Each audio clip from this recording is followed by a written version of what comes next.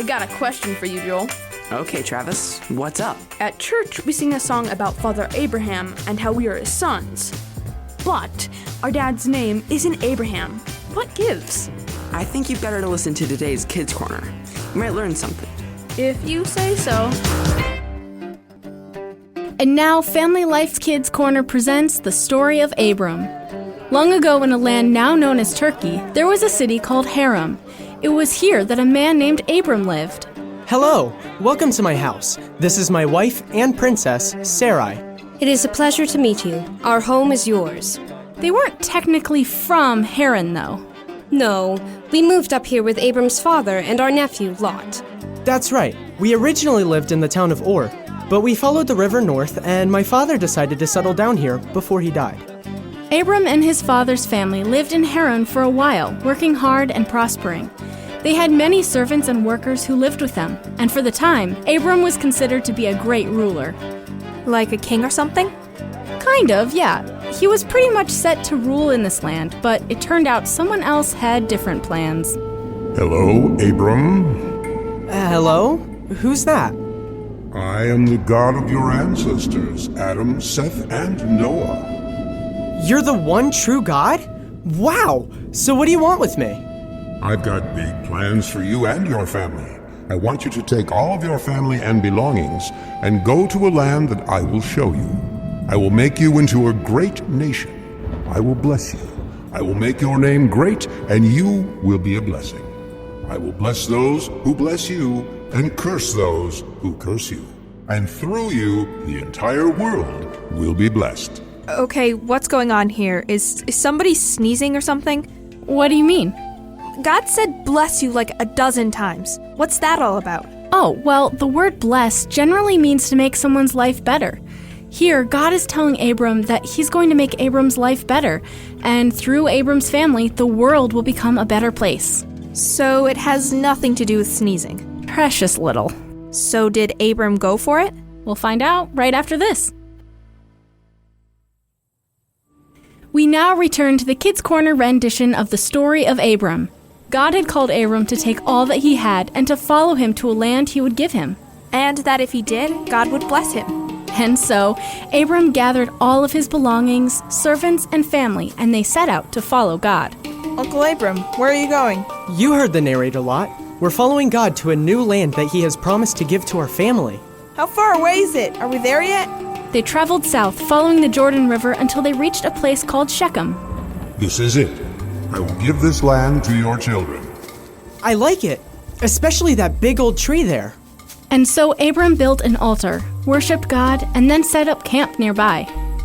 I really like that land over there by the river, Uncle Abram. Is that going to be yours too? I'm not sure, Lot. God hasn't told me how much land he's giving me. I guess time will tell. In the meantime, I hear there's good grazing for our animals in the Negev. Let's head that way. After a time, a famine came to the land. Question. What's a famine? It's when food becomes hard to find. So when it doesn't rain for a long time or something? Pretty much. Uncle, food is running out and our animals are having a hard time finding grass to eat. I know. That's why I've decided to take everyone to Egypt. Egypt? But didn't God tell him to go to this land in particular? Isn't he supposed to stay? We're not told in the Bible if God wanted him to stay or not. We're just told what happened. I've got everything packed, love. Do you think this dress is in style for Egypt this time of year? Wow. If you wear it, it will be. Come on, seriously. I don't want to look like some hick. I couldn't be more serious, my princess. The courts of the Pharaoh will be jealous of your beauty. Huh. I hadn't thought of that. Thought of what? The Pharaoh. He's renowned for his love of beauty and having the power to get what he wants. So? When he finds out that you are my wife, he might have me killed and take you for his own. Okay, come on. Enough with the jokes. Do you see me laughing? I'm not kidding. The Pharaoh didn't get where he is by letting people keep what they have. Just to be safe, we should probably keep the fact that you're my wife a secret. So, what? Am I gonna be your servant or something? Just tell the Egyptians you're my sister. That way they can appreciate your beauty, they'll treat us well, and they won't kill me. Whatever. Wait, they were going to lie? That's right. Somehow, I don't think this is going to go well. We'll see, right after this.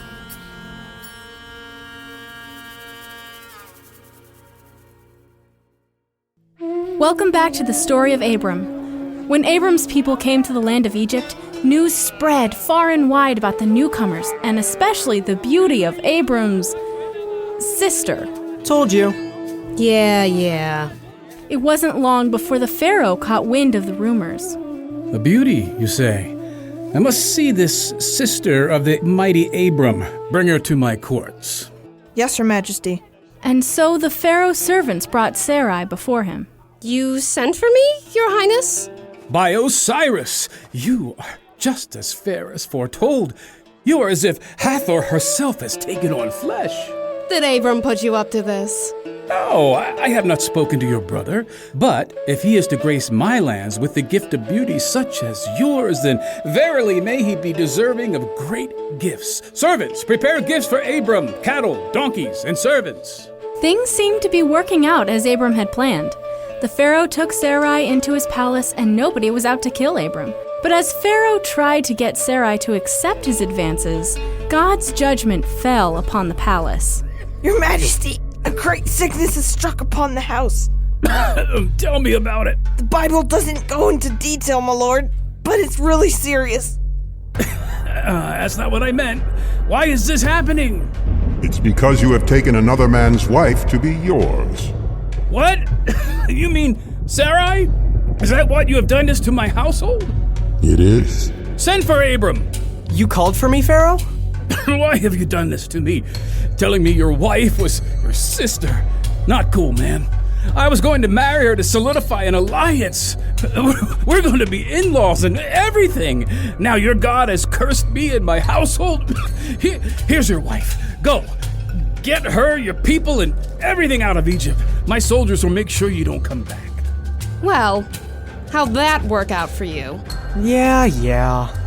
Sounds to me like Abram might have been better off if he had just stayed in the land God promised to give to him. Maybe. And that's where Abram and his family went right back to. He returned to the place where he had built the altar, and again, he worshipped God there. And they lived happily ever after? Not quite. There was still a famine going on, and trouble was brewing in the camp of Abram's family. And now back to the story of Abram. Abram had settled in the lands that God had promised him, but that didn't mean his troubles were at an end. Uncle Abram, we've got trouble. What is it now, nephew? It's our flocks and servants. If you haven't noticed, we have a lot of them. Is that a problem?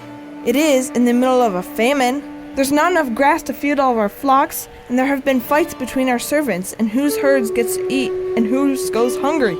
I see. I guess the best solution is to split up. You go one way and I go another.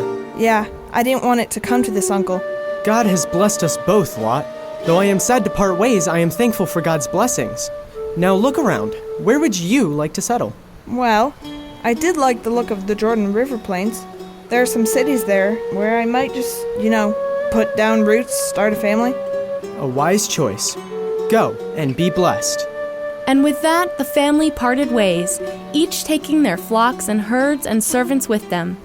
Well, there goes my legacy. What do you mean, Abram? Well, you said that my family was going to inherit this land. I don't have any kids of my own. I was going to leave my wealth to Lot so he could become a great nation like you said. Abram, look around you in every direction as far as you can see. All this and further will I give you and your children forever. Your family will be so many that they will be like the dust under your feet, too numerous to count. Now go and walk the length and breadth of the land, because I am giving it to you. So that's it? Lot just leaves the story? Well, not quite. You see, after a while, war came to the Jordan River Plains, and the armies of the local kings were overwhelmed, with their armies either fleeing to the hills or falling into tar pits. Whoa. Yeah, pretty intense. Long story short, Lot was captured by the invaders, and Abram had to go rescue him. Like secret agent style? More like bringing an army and attacking in the middle of the night style. Like you said, pretty intense. For sure. After After freeing Lot and defeating the invaders, the two kings from the plains came to Abram to thank him. A fine show of force, what? Indeed.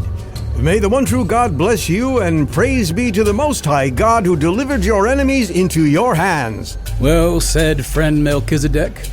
My good Abram, as a sign of my gratitude, I only wish to have my people back who were taken as slaves. You may keep any of the other wealth you have liberated from those barbarians. You are generous, but I have promised God that I will not take even a shoelace from you, because my wealth comes from God, not you. Take it all back. And after giving a tenth of all he had to God, Abram made sure that those who had fought with him had been given their fair pay, and he returned to the land God had promised him, where soon he would hear from God again.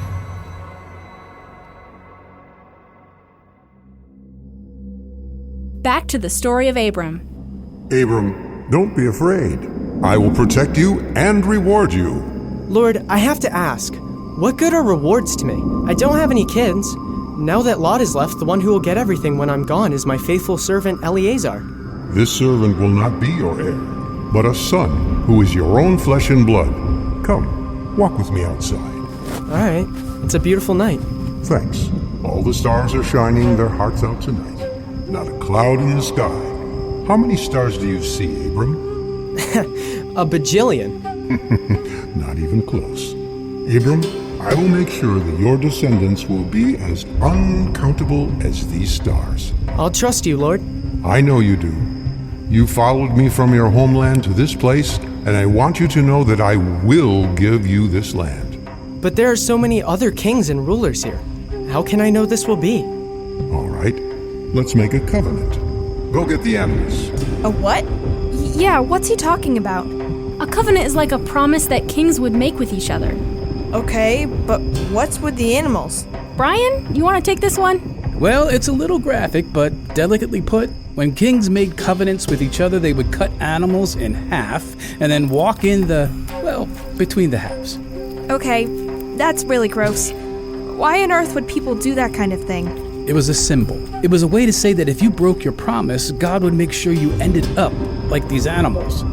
Still gross. Yeah, it is. But God was dead serious. So serious, in fact, that he didn't even let Abram walk through the middle.